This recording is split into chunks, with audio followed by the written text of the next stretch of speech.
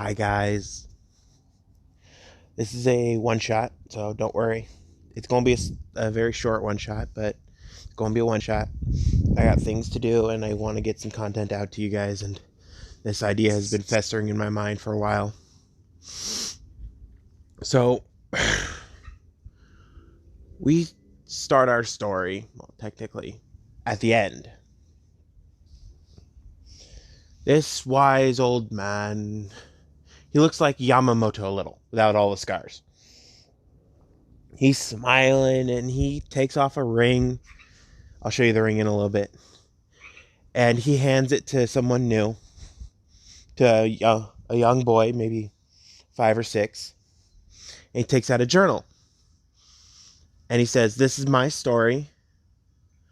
Hopefully, it will give you some entertainment in this slow but yet fulfilling job." And the boy looks at him and goes, "But aren't you going to be here?" He goes, "No. There can only be one curator for the records. And I'm passing my job on to you. It's time for me to move on. I've done this job enough and long enough." So the kid goes, "Okay, where should I start?" And he goes, "Start wherever you want to. I suggest you start there," points at the story. "But the only rule that I have when I pass this down is never forget the previous curator." And he goes, "Why shouldn't I forget you guys?" He goes, "First off, if you forget us, you'll be stuck in this job forever, because then you won't remember to pass it along. And second is, we all have different experiences. Nothing's ever the same. So if you forget my story, oh well, as long as you don't forget that I was a previous curator, I don't really care. But hopefully that story in your hands, my story, will give you a little, how should I say this? Inspiration to write your own." And each curator has their own room. They're locked away once the curator dies and moves on. But each curator has their own room, so go on, have fun. And he walks right out the front door of the records room, of the records. And he steps out and he just starts fading away. He continues stepping and completely fades away into like motes of light. Though, if you've seen any fantasy fade away, a fantasy, like old person death, yeah, that's what it is. I ain't gonna have him step out and immediately fall over dead. No, no. The kid can't see that yet. Yet. So, he takes the ring and puts it on his ring finger, his left ring finger, where the ring goes. And he basically knows how to read, write, and speak and understand every language now.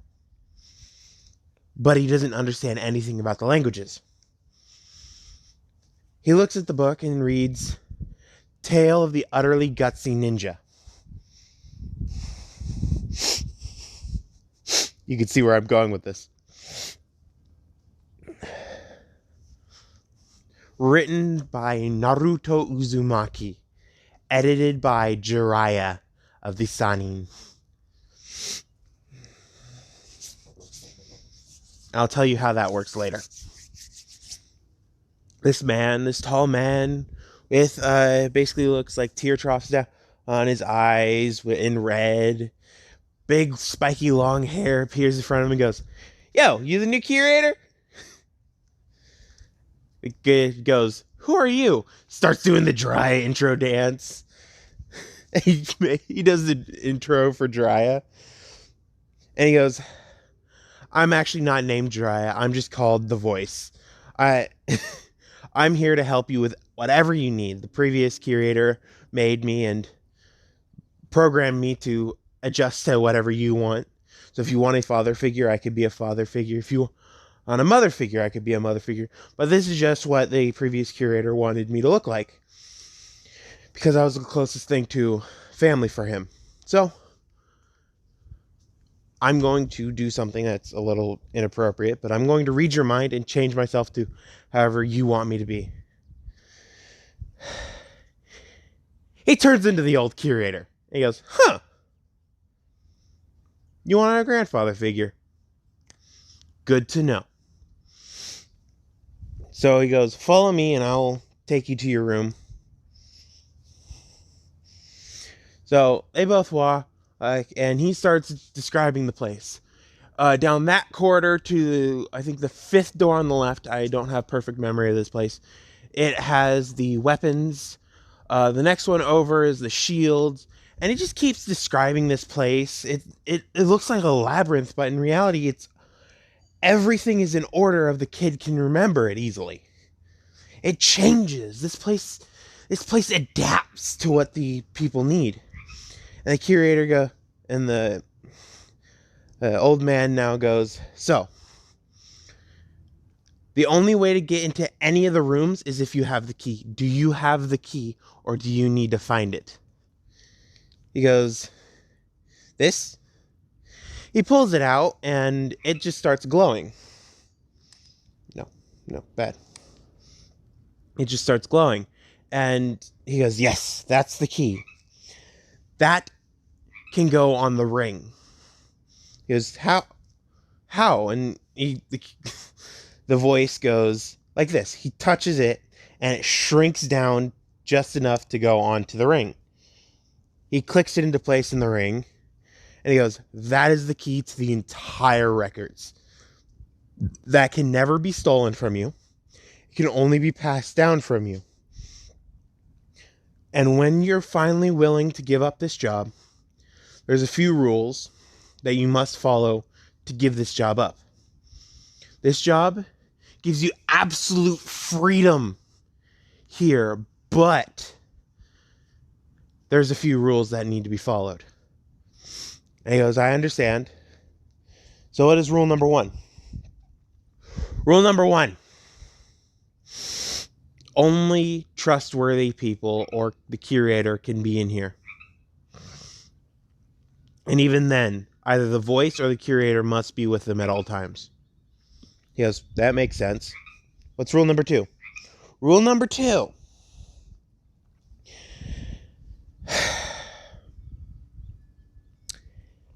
In here, you always stay the same age. You may go to other worlds and age on their speed, but your true, physical age will be that of what you were in the library. I'm going to call it the library anymore because it's literally a library with all this kind of stuff. And he goes, okay, that makes sense. What else? And last one. You won't have to worry about it yet. I'll tell you in 10 years. But I suggest you get in your room, take a short nap, and familiarize yourself with the library, because you're going to be here for a while. And he just disappears, and so the kid brings up the ring to where the keyhole of the ring is. He turns it, and the door just swings open. It is a completely blank room with a king-size bed and a nightstand. Well, not technically a nightstand, more of a giant organ-sized desk. Yes, it is a huge desk. It has stuff close to the top, and it has basics of the curator on it. So he walks right up to it, puts the book down, and looks over the summary of the other books. Basic magics for the curator needs, basic physical enhancements the curator will need to adapt to, and so on. So he goes over that and figures out about the basic magics, telekinesis, teleportation, and so on, where he has absolute control over it in the library. But once he steps out of the library, it's going to be a little bit harder because he's not connected to it, the space, anymore. But he finally reads through those, and it's been a few days, and he hasn't noticed. Energy doesn't fluctuate in the library. He always has the exact same amount of energy. But mental energy is different. So he's like, I'm a little tired, but I can still keep going. So he pulls out the notebook. And it's a small notebook. And he flips it to the back and reads it. The summary. And the summary says, the life of a ninja who changed worlds for the better and who wanted to be the best person he could possibly be. He goes, okay. So he opens up the notebook and says, this book has been published in multiple worlds and should never have the original taken out of the library. And he goes, okay. And then on the next page, it says, the original. The next the next page, it says, warning, there is some gruesome scenes in here. Please be careful if you're under the age of 15 or 16 or have not learned of this kind of content. And he goes, okay then. One other thing about the ring is it helps regulate the emotions of the curator. It doesn't stop the emotions of the curator, it just helps regulate them. So the book starts out as of this kid, this 5-year-old kid, running away from a mob. And this ain't just any normal mob. No. This is a big mob. And they have pitchforks, torches, and kunai. But you gotta have pitchforks and torches when you talk about a mob. It's just normal protocol.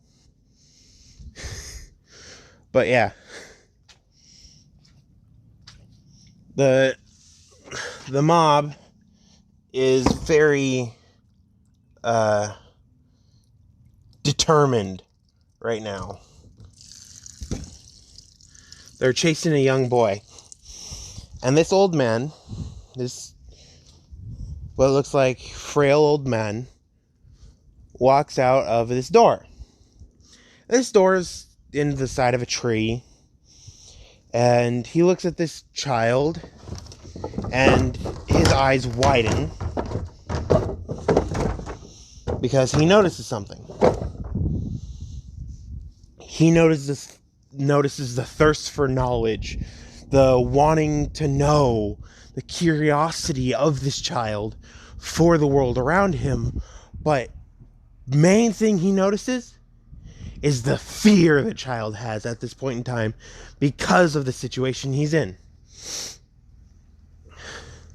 So the old man goes back into the door, shuts it, the door completely vanishes.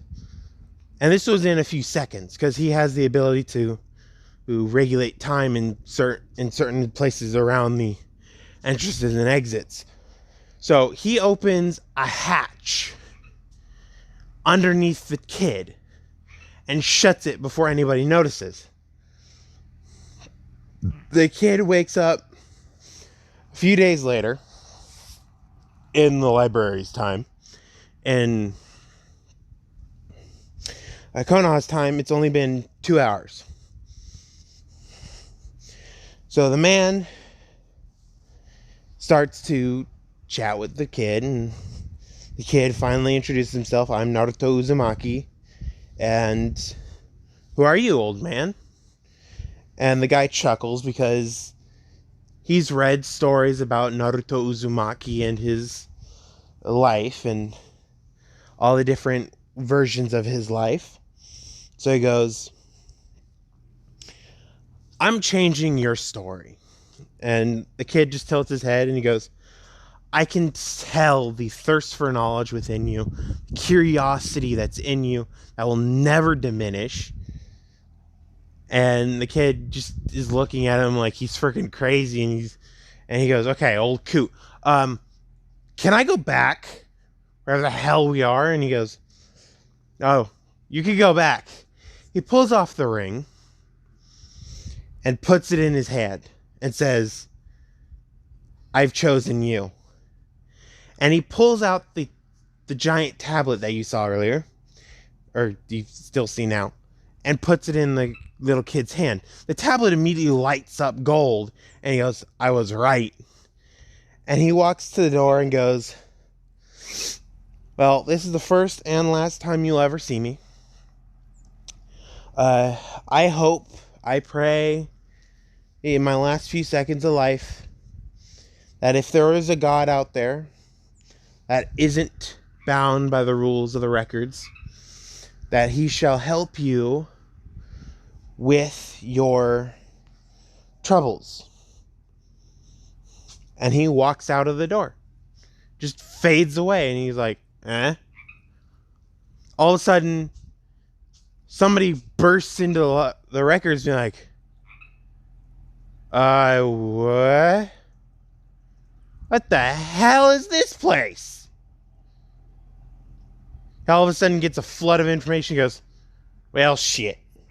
I spent so long running from the records, and now I'm back in the records. So he immediately goes to his room, opens it up, turns on the machine, being like, fine, I'll be in the records. And shoves his hand in the machine. Dies on the spot.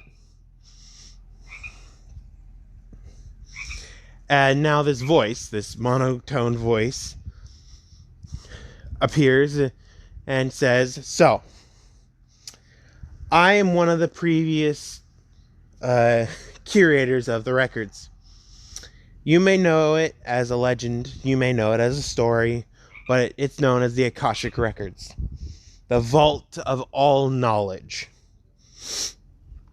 I'm here as your guide and tutor, even though I shouldn't be freaking here. I was human at one point, and I didn't want to be in this goddamn records.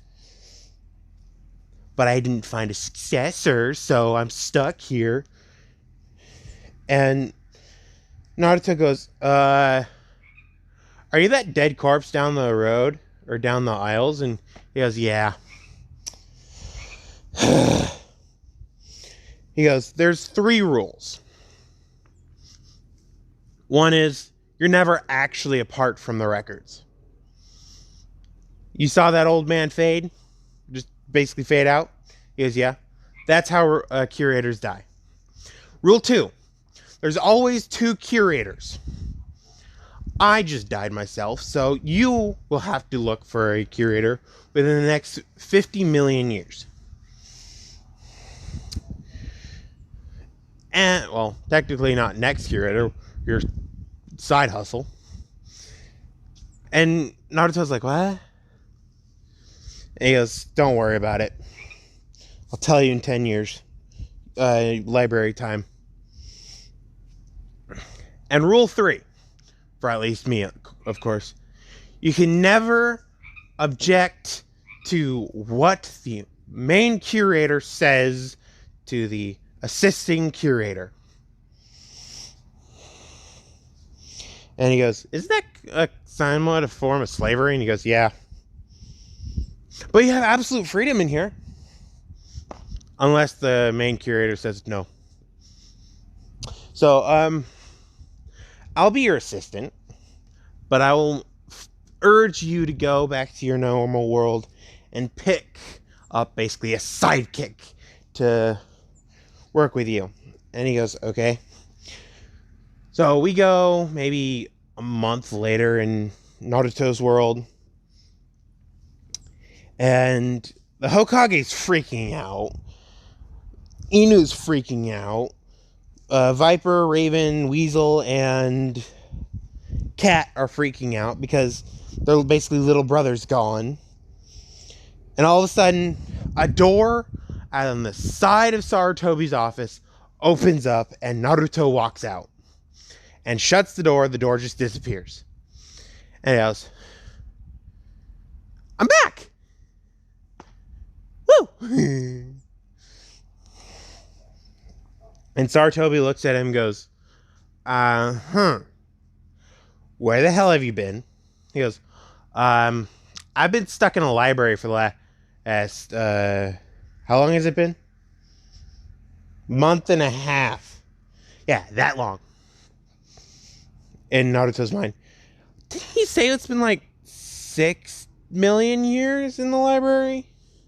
I did read half the library. It was so fun. I read the ninja section first.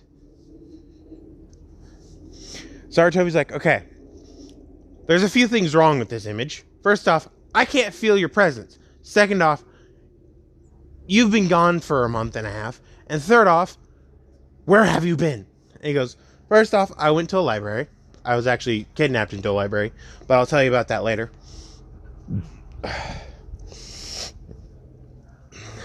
Second off, are the other questions again? I have too much going around in my mind. In reality, he diverted his attention to casting a genjutsu around the hidden root Ambu in Sarutobi's office. He goes, questions were, where have you been for the last few months? You answered that. What happened this last month? And are you okay? Because I can't feel your presence. He goes, my presence? I've been training the last month and a half in a separate dimension, so that yeah. And I ain't telling you what happened until the last 6 get here. And he goes, 6?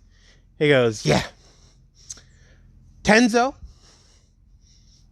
a Yugao, Anko, Kakashi, Kurenai, and God, what is Itachi? He goes, who? He goes, don't worry, I know their names, I know their code names, I know everything about them.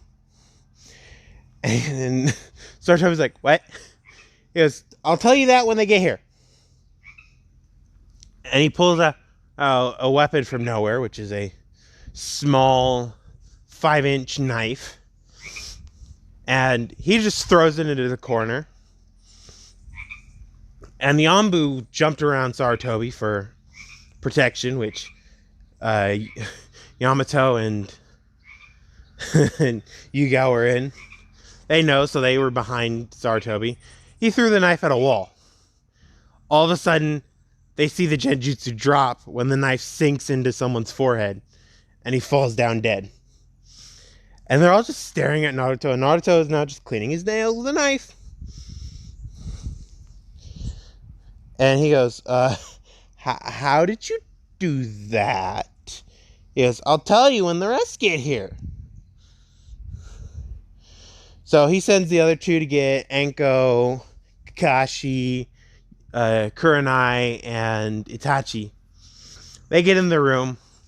He goes, this may sound far-fetched, but I have been away from Konoha for the last 6 million years. And in that time, I was given the key, the know-how, and the knowledge to protect, keep in line, and order the akoshic records around. They're all like, what? And Sarutobi's like, that's just a myth. He goes, no, it's not. He walks up to a wall, turns his hand like a doorknob, and the door swings open. He's like, follow me into the records. And Kakashi's like, if this is a very elaborate genjutsu, I'd be impressed. And walks right in. And he's stopped in place from the sheer scale of the place. He sees doors upon doors in this one hallway, and it's just a straight frickin' hallway. And Naruto walks next to him and be like, I forgot. This is going to be a really long walk. Sarutobi walks in. Yugao walks in. Anko walks in. Tenzo walks in. Kurenai walks in. And he goes, okay. Before any of you touch anything, there's 3 rules for guests. 1, you cannot take any books from the records. 2, you can only go where I tell you can go. And 3, once I lock a door, don't touch the door. They are like, why can't we touch the door? He goes, once I lock a door, it keeps collecting knowledge. When you unlock this door, it stops the collection of knowledge. So if you touch a door and open it, because technically the locks don't actually work, if you touch a door and open it, you're going to get a face full of paper.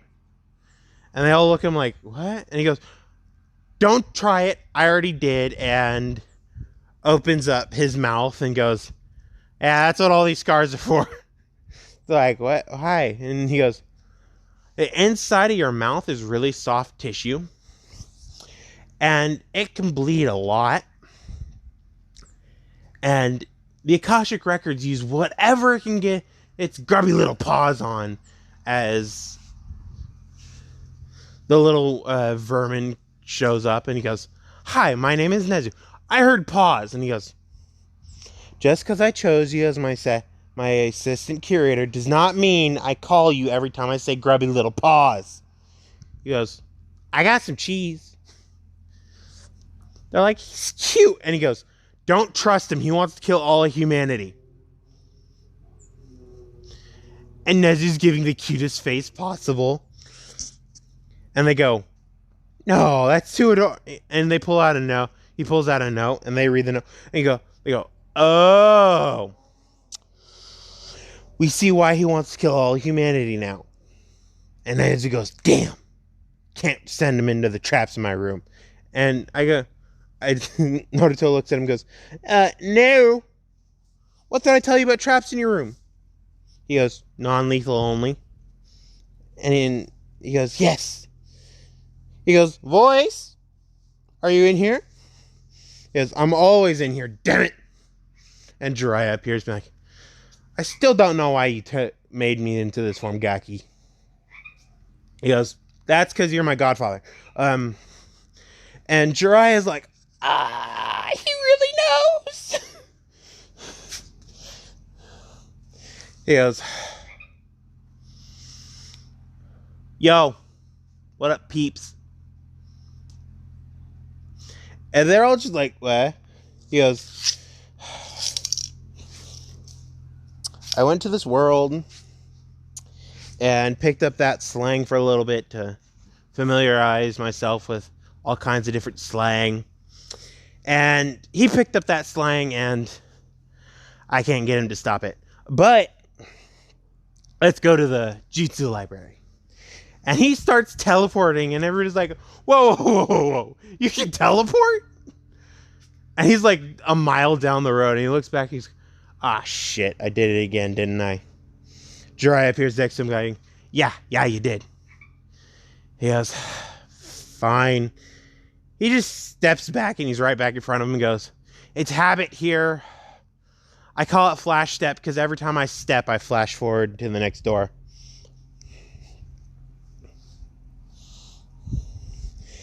And they all look at him like he's crazy, and he goes, what?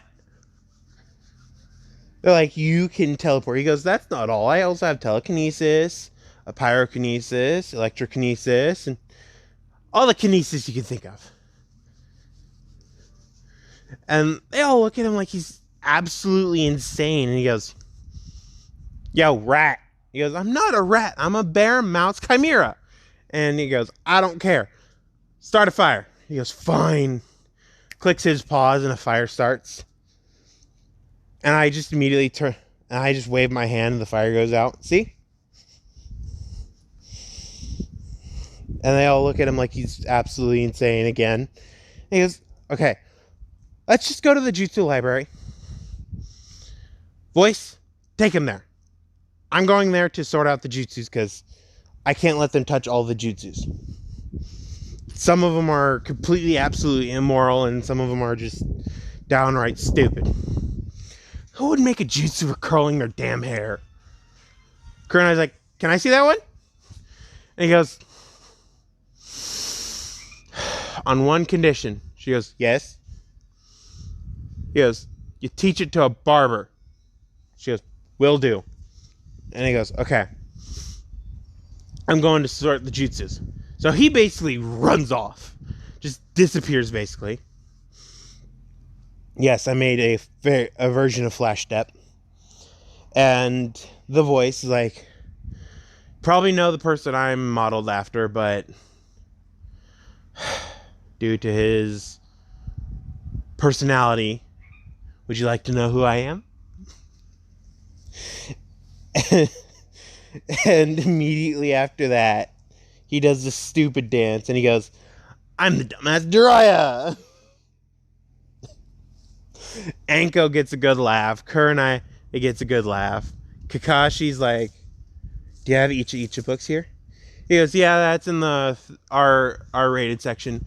I have been told specifically by all curators, if a pervert comes into the records, bar the R18 section as a guest. But if you're a curator, I can't stop you. And he goes, huh? But why? He goes, jutsu area, let's go. And he starts walking off.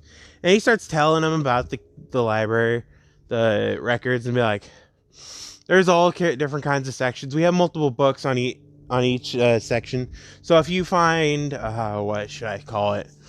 A martial arts manual, you'll find it in the cultivation and the martial arts section. And everybody looks at him like, so what's cultivation? He goes, there's worlds out there where there's energy in the air, and the only way to get stronger is to bring that energy inside and make that energy yours. And that's cultivation. And everybody looks at him and goes, has Naruto cultivated? He goes, Naruto is the strongest being in the entire universe. Well, technically omniverse, but whatever. And they all look at him like, what? He goes, omniverse theory, there's multiple beings towards each multiverse, and each multiverse has its own beings towards each universe, and there's only one great omniverse, and yada, yada, yada. So, with those revelations, we're coming up on the Jutsu Library. Like, this was a short walk. He goes, no, you've been in here for 5 days straight. They'll look at him like, what? And he goes, don't worry, on the outside it's been like a few seconds. And they all go, oh. He goes, a few nanoseconds. They're like, what? Or, yeah, a few nanoseconds. And he goes, yeah, he slowed the time differentiation down immensely because of the visitors we had today. He smells burgers and he goes, I'm gonna fucking flay that rat. And everybody looks at him and goes, what? And he goes, roughly 1 million years ago, Naruto went to this world called My Hero Academia. And he met someone who's so thirsty for knowledge that he would do whatever it takes for knowledge. So he made a contract with it. And he called his ability, because he only used that one, a deal with the devil. And this allowed him to basically learn more about the world without reading just books about it. And allow people who want this knowledge, who want certain knowledge, to learn about the world around them. For us, that is a very bad deal. For someone who doesn't know about the records, it's a really great deal. And we now have Nezu as a butler.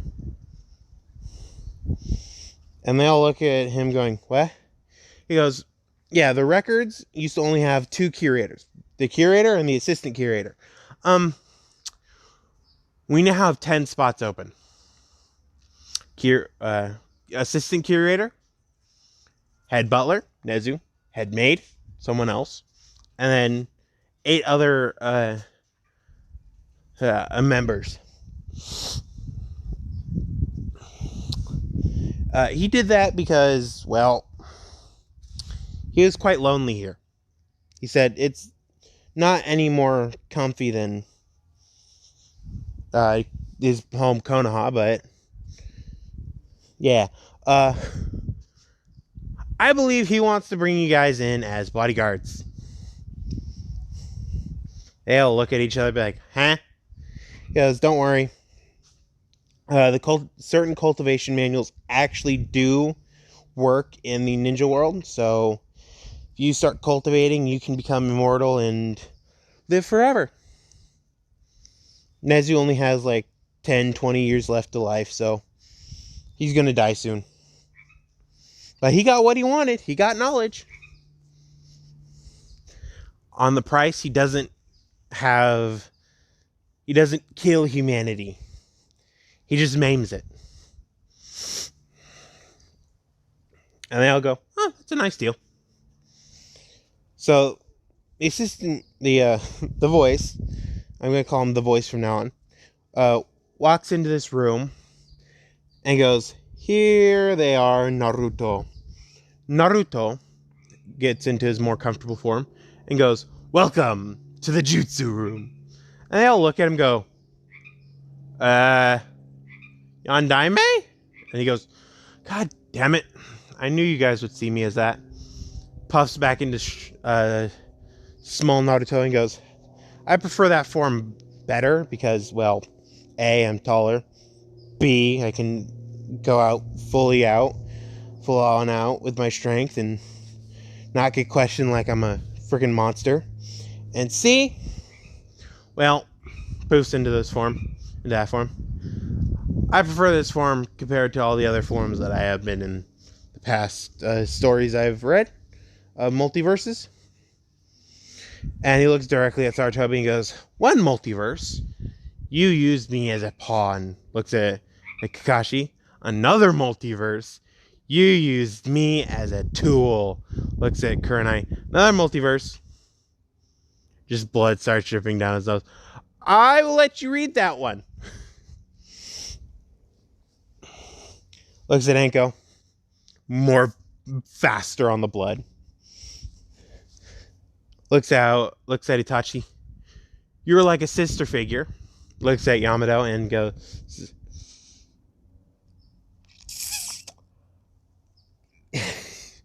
you are the strict Anbu captain.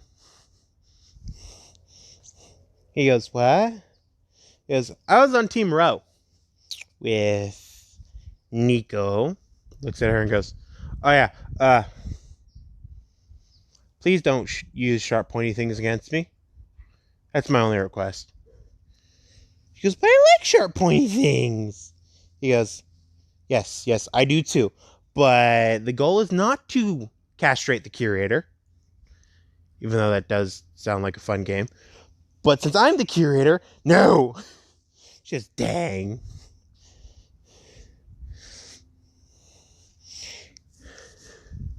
So we go 30 days later.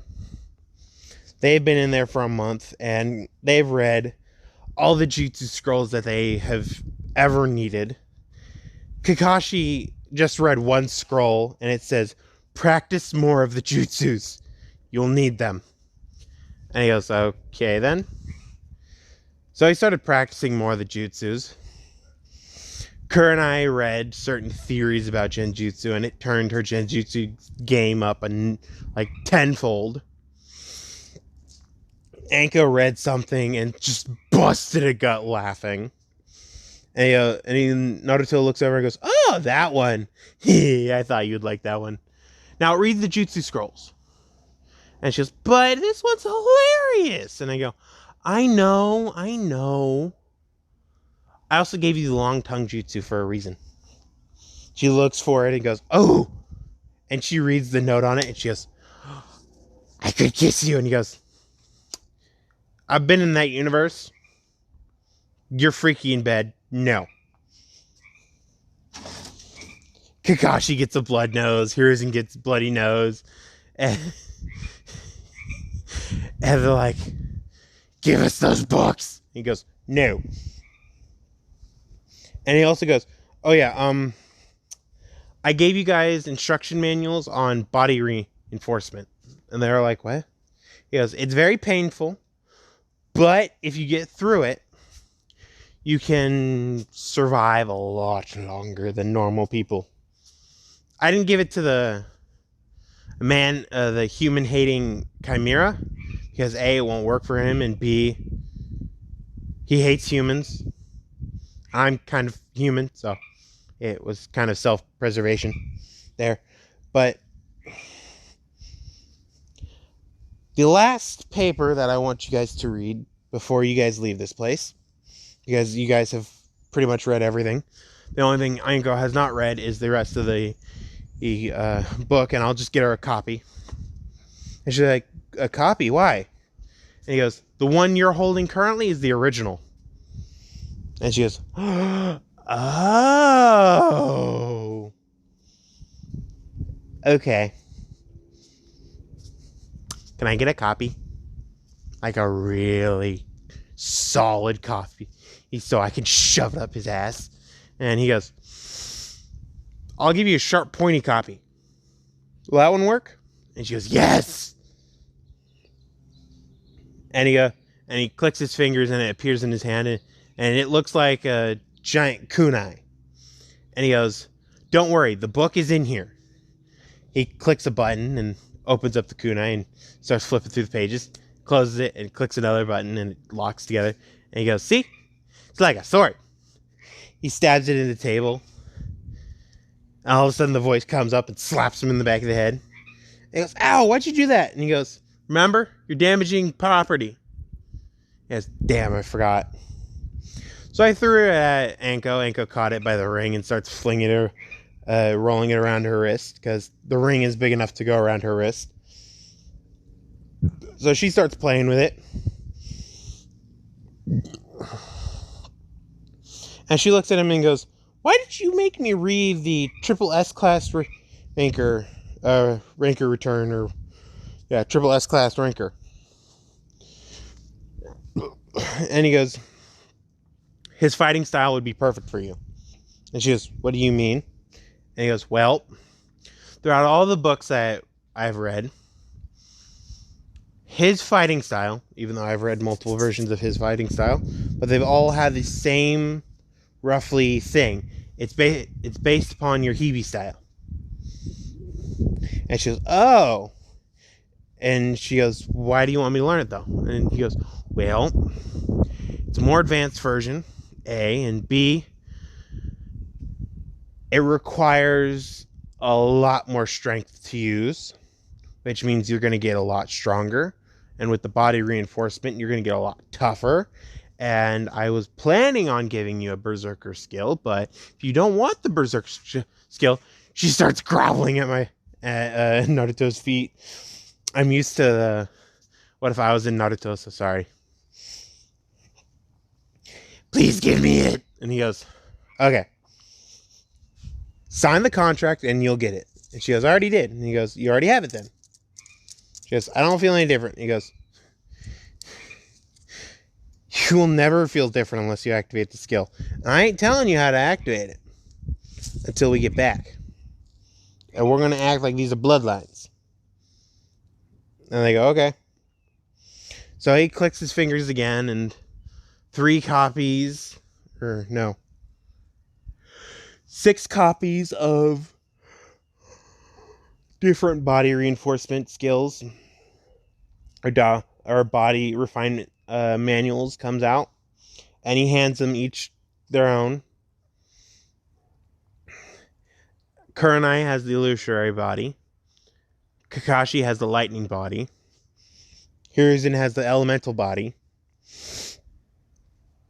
Tenzo has the wooden body.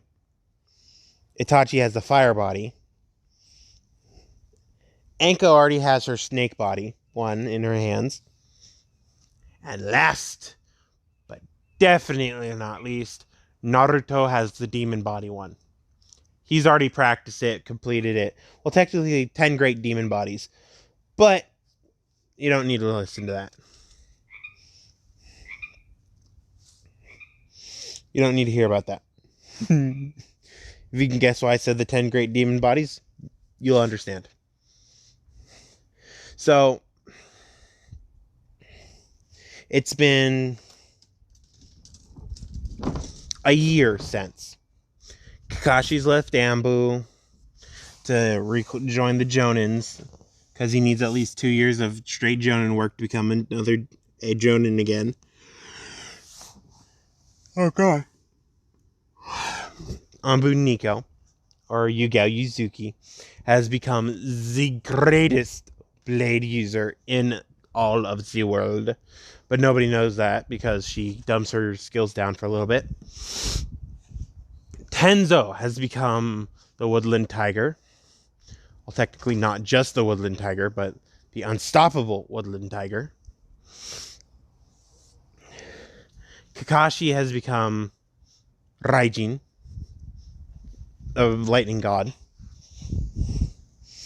And one of the scrolls that Kakashi got was how to perform the flying Raijin without a kunai.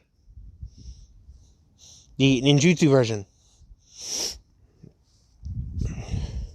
So yeah.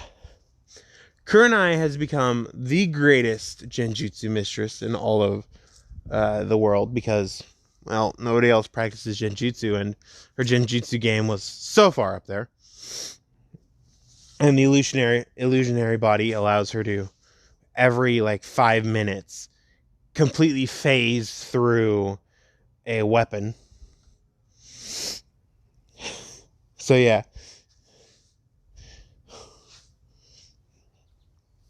We go to Naruto. He's been in the academy for quite a while. I don't remember what number I said, but it's now 7 years. So Iruka's met him. Iruka's been into the records. He now has 8 people that are going to be bodyguards.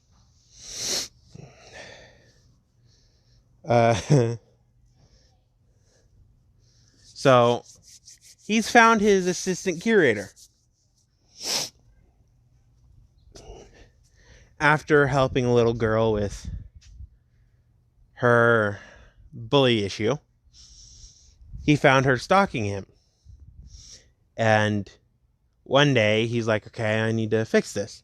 So he used his ring and pulled himself and Hinata, into the library, and he knows she's trustworthy because she's a child, and he's now in his adult form. She recognizes him after the talk, and she's left. But yes, she did become the assistant curator because the sigil did agree with her.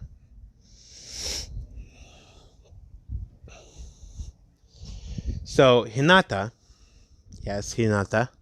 is the assistant curator, and she can get into the library whenever the hell she wants. Yugao, Kurenai, Itachi's left by now. He had to do the thing for the thing and the thing, yeah. So he left, messed up Sasuke, but in reality, he's not actually out there. He's in the library, becoming even stronger and getting treated for his lung illness. Because his lung illness came by accidentally. He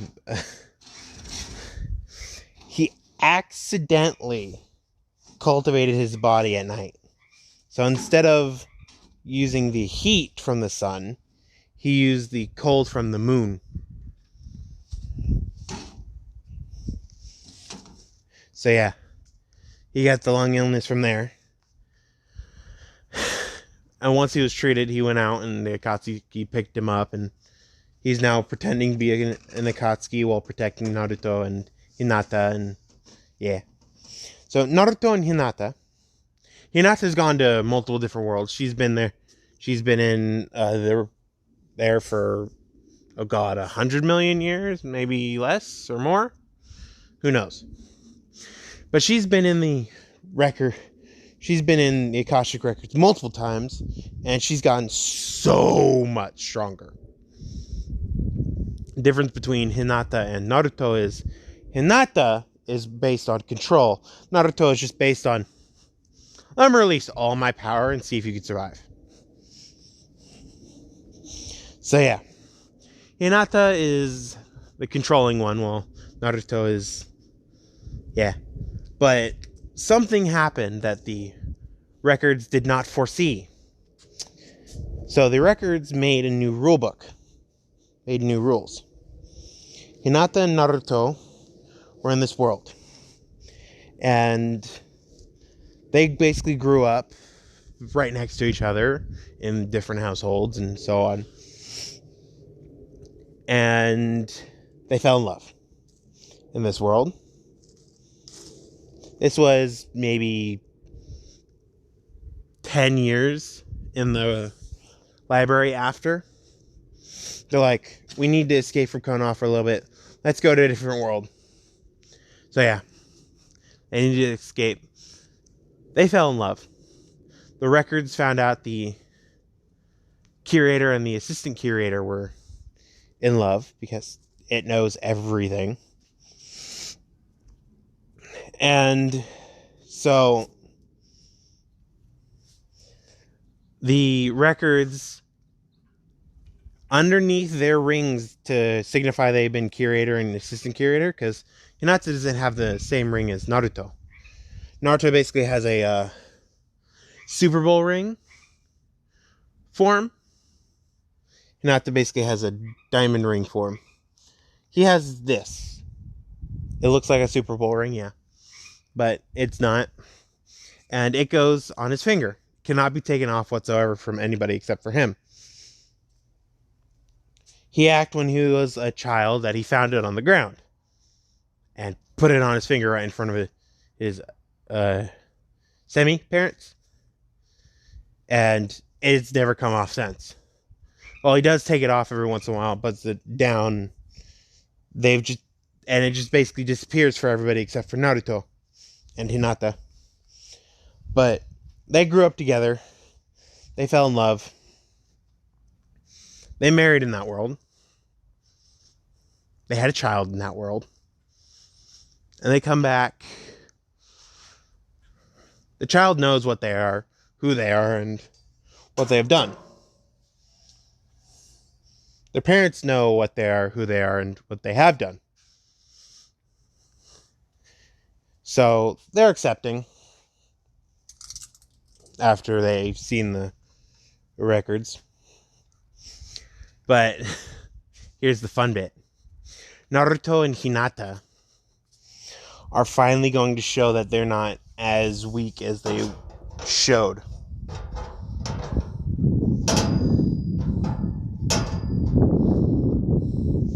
So Naruto pulls out all the different clone types. Illusionary clone, solid clone, earth clone, water clone, fire clone, ice clone, lava clone, mist clone, all the clone types without hand seals. He goes, is that enough clones or should I keep going? And they're like, wait, you can go more.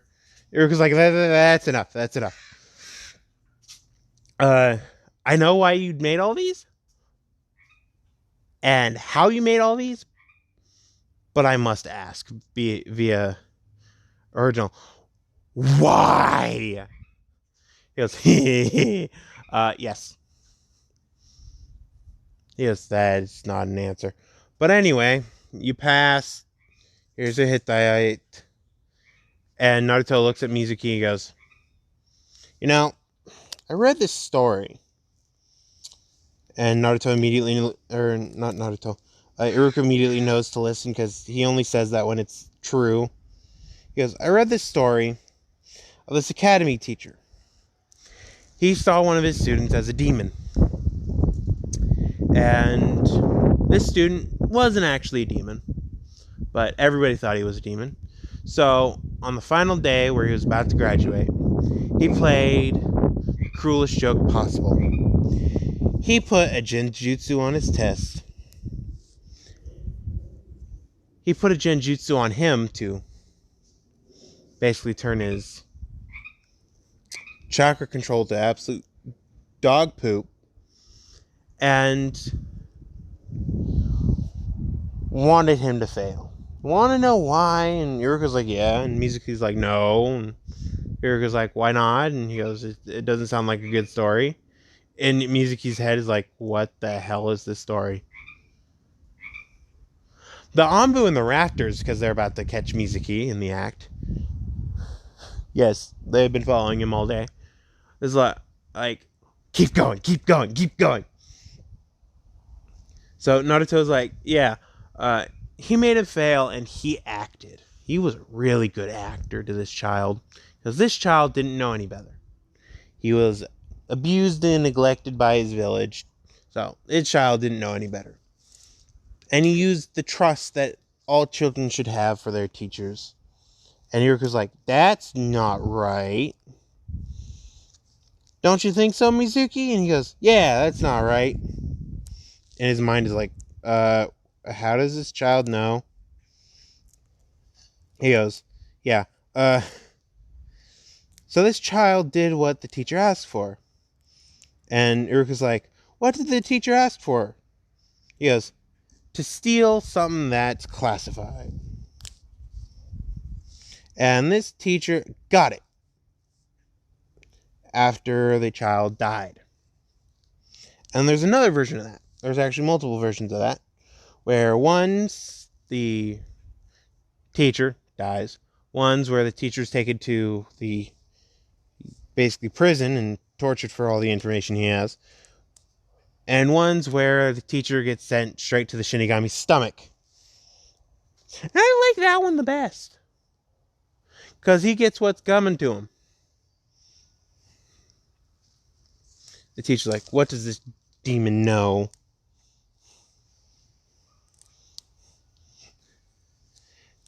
And you know which one I'm currently leaning towards?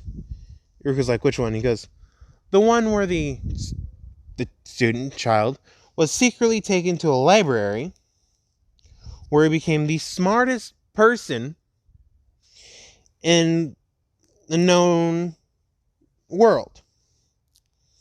And he knows so much that he is able to tell what is going to happen as a story before it actually happens, and walks out.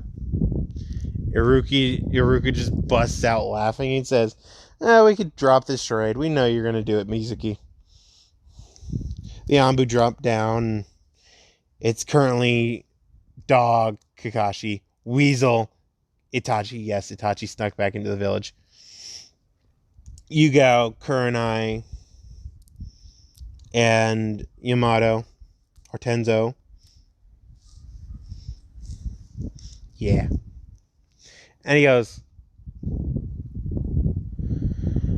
you have absolutely no proof. And they go, yeah, we do. They hold up a book, and he goes, what is that? He goes, your entire life story. He goes, what? He goes, yeah, you met up with Kabuto Yukushi maybe 10, 20 minutes ago before you started this because of lunch.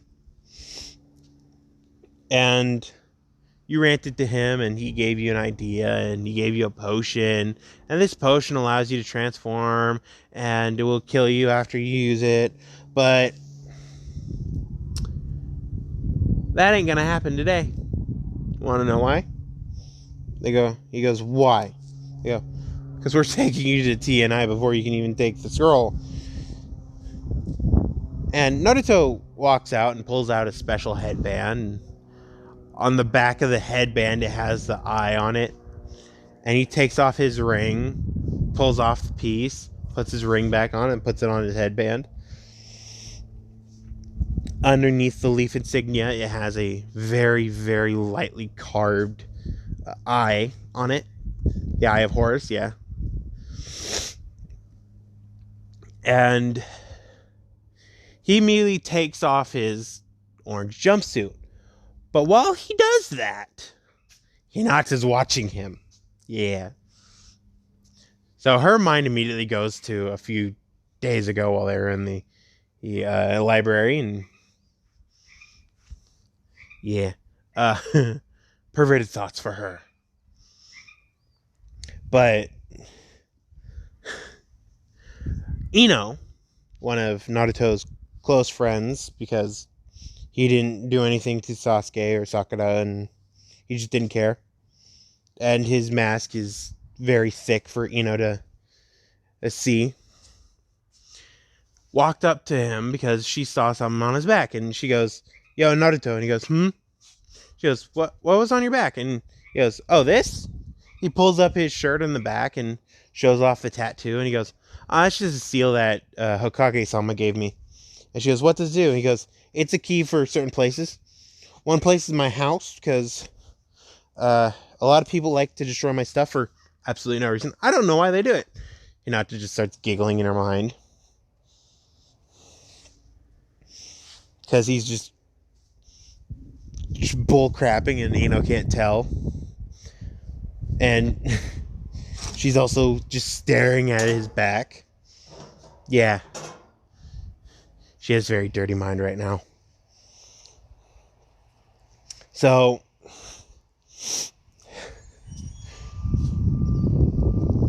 Hinata walks up to Ino and Naruto and looks at Naruto and says, "Can we stop hiding now?" And he goes, "Yeah." And Ino's like, "Wait, what?" And Naruto's like, "Oh, no, we do hide it really well." He puts his arm around Hinata and goes, "She's my girlfriend." In both their minds, he actually means wife. So we go to a few days later. It's team assignments. Yeah. Team assignments. Kakashi is known as either a lightning flash Kakashi or lightning speed Kakashi. That's one of his names. Another one of his names is Sharingan no Kakashi because of his Sharingan. And another one of his names is Untouchable Kakashi. Because one of the abilities of his body reinforcement is he constantly has an electrical charge going through his body to where he now has what should I call it?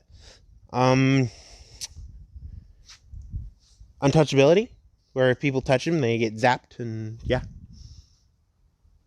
that's fun.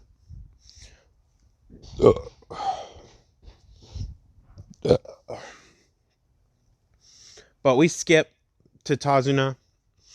Naruto's walking, and he pulls out a book. And Kakashi sees the title of the book and goes, "I haven't seen you read that one before. What is it about?" And he goes, "It's about a bridge builder lying to his security force that he's actually being hunted by a multi-billionaire because his country is super poor." And he goes, "Ooh, that sounds like a good read. What happens next?" And he goes, "Well, at first there's a puddle on the road. And this puddle has two people hiding in it. They jump, they supposedly kill the teacher of the group. And it's left to the recruits. And so the recruits fight. They win. Teacher comes out of hiding and interrogates the client because they immediately went after the client after getting through the teacher. He goes, "Oh, what happens next?" He goes, "Well, after they get to the client's basically island where he lives, they've run into a demon. And it's a demon swordsman with his ice princess. Yeah. Ice princess daughter. It's really interesting. But they fight. The demon is incapacitated. The ice princess daughter runs away with him. And this entire time, Tarzan is like, "Wait, what?" And so on. So Naruto immediately goes, maybe a week or two later, the demon comes back and the ice princess is with him. And during that week of separation, the ice princess meets one of the teammates, and he confesses that he's part demon. So the Ice Princess basically says, I understand, I'm part demon too, so let's be friends. They become friends. During that fight, the half demon loses control. And he keeps going with the original storyline of the wave arc, but instead of actually saying what's happening in the wave arc, he changes it with a few differences. And he goes, well, the whole mastermind is this little rat looking guy. Nezu in the records just sneezes, and all of his cheese whiz goes flying everywhere. Yes, he's just completely addicted to cheese. Doesn't matter what kind it is, he's just addicted to it. So, yeah. He's that addicted. Yeah. This little rat-looking guy, he comes and says that I wasn't ever going to pay you and I'm never giving up the country. He back to the Ice Princess and so on. So, the demon who got saved by the Ice Princess from the teacher gets told by the half-demon student of what he's basically doing wrong. And the half-demon student is like, oh, crap. Or not the half-demon. The demon is like, oh, crap. Let me fix that.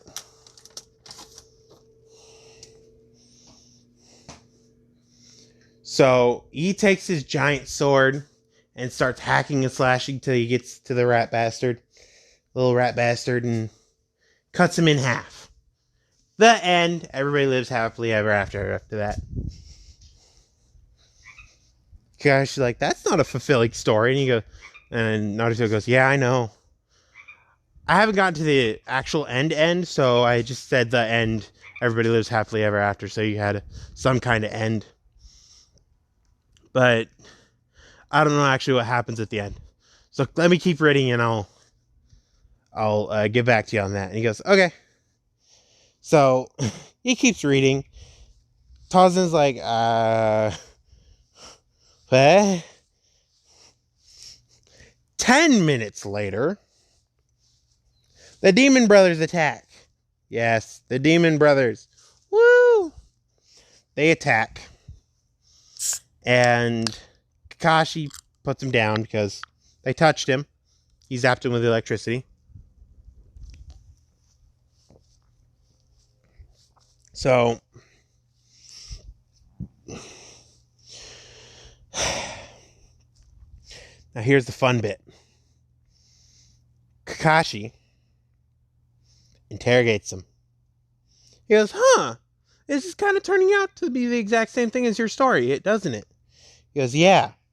Ooh, another key detail is the client lied. Tarzan knows that now, starting to sweat because he thinks that story is what's going to happen, and it's slightly going to happen. So, it happens all the way up until the bridge. Haku just made Sasuke into a pincushion. And Naruto's like, now that that's done, I got a contract for you and Zabuza. She goes, what? He goes, well, in one day, my butler is going to be dead. She goes, what? And he goes, well, my butler, his name is Nezu, has a very limited lifespan. I kind of found him and he wanted knowledge, so I gave him the knowledge, but he also has very limited lifespan because he's part rat.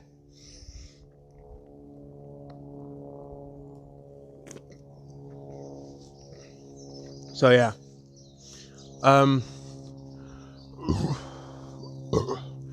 You'd be the head maid.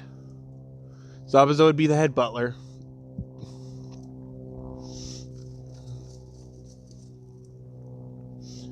But the one thing for you guys to know is that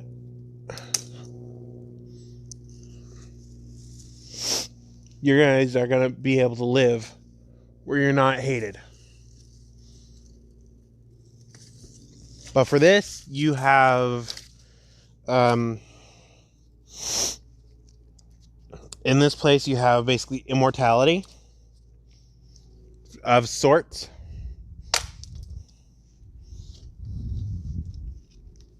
Where once I die, you guys die. And she goes, okay, then this is a weird contract, but I'll talk to Zabuza about it. And he goes, good. He whistles and Kakashi stops fighting. Zabuza's like, what's going on? Haku walks up with a contract, goes, weird contract. I want to talk to you about it because it sounds good. A little too good to be true. And Gato shows up, says his master plan. And Tazuna looks at Gato and goes, huh, he does look like a rat.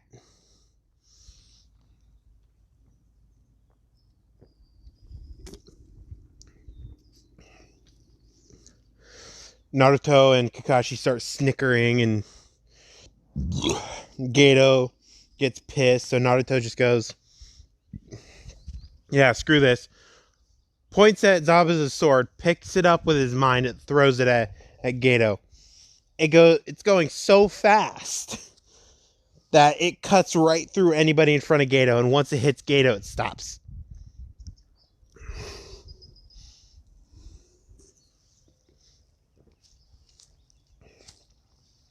So Gato's dead. Everybody else, well, everybody in Wave starts living happily ever after.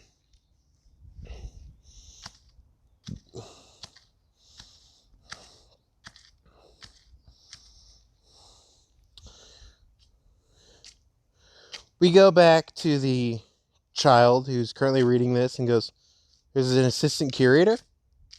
And the voice knocks on the door and goes, yo, the assistant curator's in. She's here to give you the other half of the ring. And he goes, what? And so he says it's open. And so the assistant curator walks in, and it's this sweet little elderly woman. Says, I see that he moved on. Once I move on, I hope you could find and your loved one is your assistant curator, whoever that may be.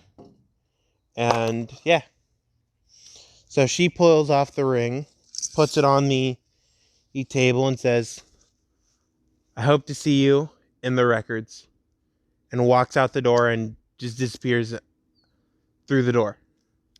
And he looks at the voice and goes, question. And the voice goes, I may have an answer. He goes, when you give up being a curator, does walking through a door turn you into light particles? And he goes, no. Walking through a doorway turns you into a record. He goes, what do you mean a record? And the voice walks up to a door, puts a basically force field around the door, opens the door, and you see feathers and all that. Millions and millions of feathers and books and papers flying around. And he goes, each one of those is a curator. And the boy's like, I can see all their names. And the guy's like, wait, what? And everything in the room stopped. And they all start pointing at him, and he goes, yeah, I can see the names. I see Naruto Uzumaki, Hinata Hyuga, Izuku Midoriya, Ichigo Kurosaki. And he just keeps listing off these names, and the item starts to shake because they thought they were forgotten, except for the previous curator. And the voice goes, huh. Looks like the records are going to end. And everybody turns towards him, including the next curator, and goes, oh, don't look at me like that. You've all read the book. And they all start just bouncing up and down. And he goes, what book? And he pulls out the book, and it says, the end of the Akashic records. This describes what the end will be like. And he goes, what is the end? And he goes, the last curator is going to be able to see and know all the names of the other curators and assistant curators. Huh. Orihime. And Ichigo's little thing turns towards the piece of paper, and the piece of paper turns away, making itself completely flat. And Ichigo keeps flying around the room looking for it, and it keeps turning flat, and he goes, huh.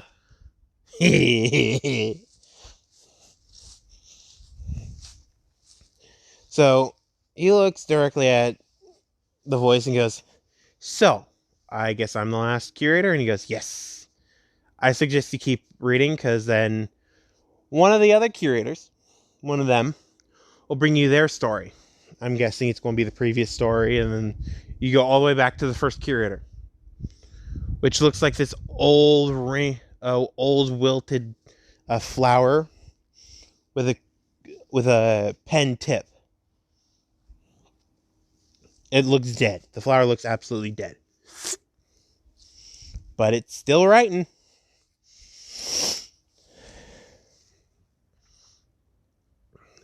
I completely forgot the name of the guy that is curator for the library from the librarian. Yeah, I just turned the library into the Akashic Records. But anyway, so he goes back to the story, and he reads a little bit more, and he reads the Sound Sand War, he reads the Fourth Great Shinobi War, and reads how only one person, well, technically two people survived, but only one person really ever survived without a scratch, and that was Naruto Uzumaki, the greatest man in ninja history. And later on, the peace treaty, and so on, because he just knew what was going to happen, and he's prepared for it. So yeah.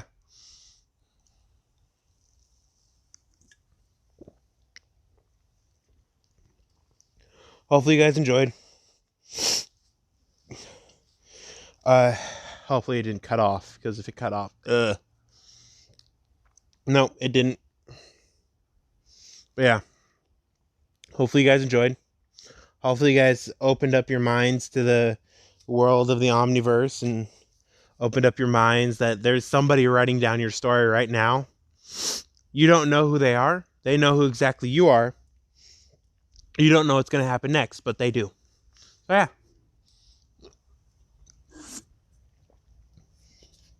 The idea of the Akashic Records is just a bunch of paperwork, but it's paperwork that people enjoy, which is freaking weird. So yeah. Hopefully you guys enjoyed. If you did, comment, like, subscribe. Remember, this is going to be a one shot. No more of anything else. Bye.